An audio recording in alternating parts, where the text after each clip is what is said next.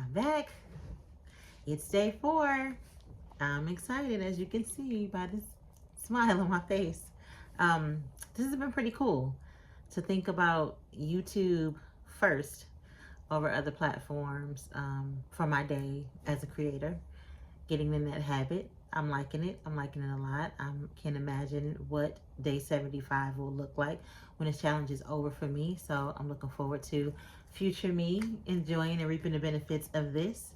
I wanted to talk about something. I tried to think about what I might say today, but I thought about after my workout today, and I was kind of giddy once I was getting ready for my day to come to my desk and get to work.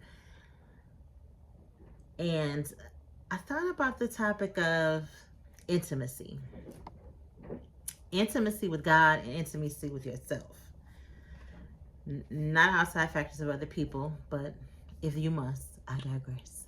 But intimacy with God has been something that, for lack of better terms, I would say I am leveraging in my life, business, and relationships. And the more intimate I am with God, the more of me I learn about and see. Praying one of my prayers since probably 2018 or 19 has been, Lord, let me see the me you see. And that has been both rewarding and revealing, to say the least. But that intimate conversation that I am laid naked before you, I am open to whatever you have for me, mold me, shape me, pour into me what you need, pour into me, and remove whatever you need to remove from inside of me and my life for whatever reason. But the other side of that conversation of intimacy is the intimacy with yourself. How I came to this topic this morning for myself was getting dressed. I thought about the word sexy. Sexy is obviously correlated with sex or a romantic partner. But sexy is a state of mind. It's about you. And I wanted to ask you a question, especially if you are a woman and or person of a certain age, over 50 for me.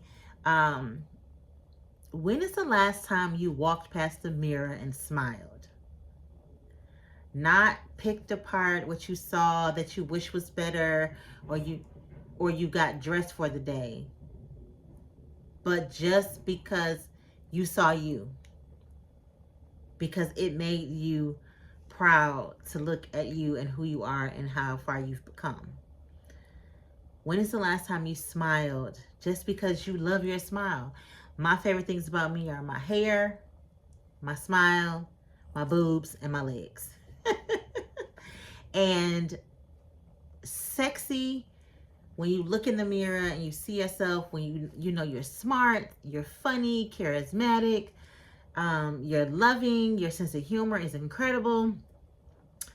All those things can make you do a double take at somebody else. But what about taking that double take for yourself? You carry all those traits. You are that person. You have those things that you admire in other people inside of you. And if you've ever heard this phrase, you teach people how to treat you, it's not just about respect.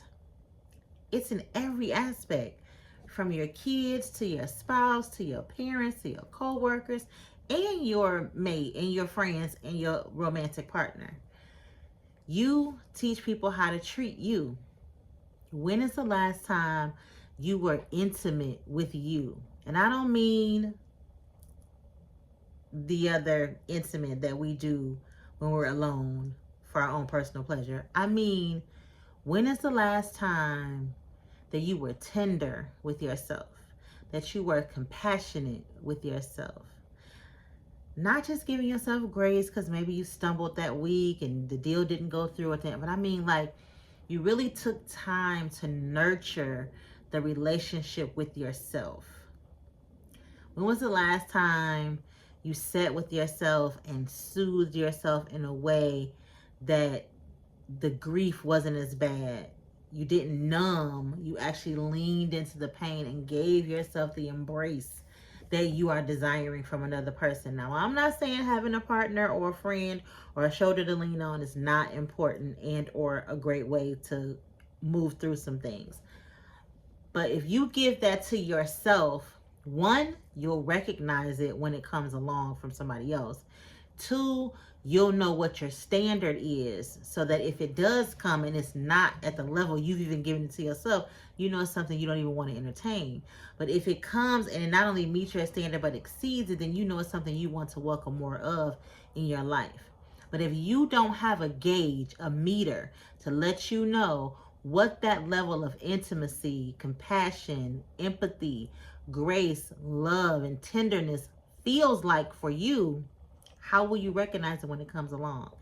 Because sometimes we say we want these things from other people or outside validation in other areas in our lives, and we're hoping for it as a rescue, not as an addition. And we need to start inviting it as an addition. Like, oh, this complements my look. Oh, this complements my heart. Oh, this complements my home. Oh, this complements my financial situation. Oh, this complements my joy. Not, oh, finally someone to love me, to rescue me, to help me, to serve me.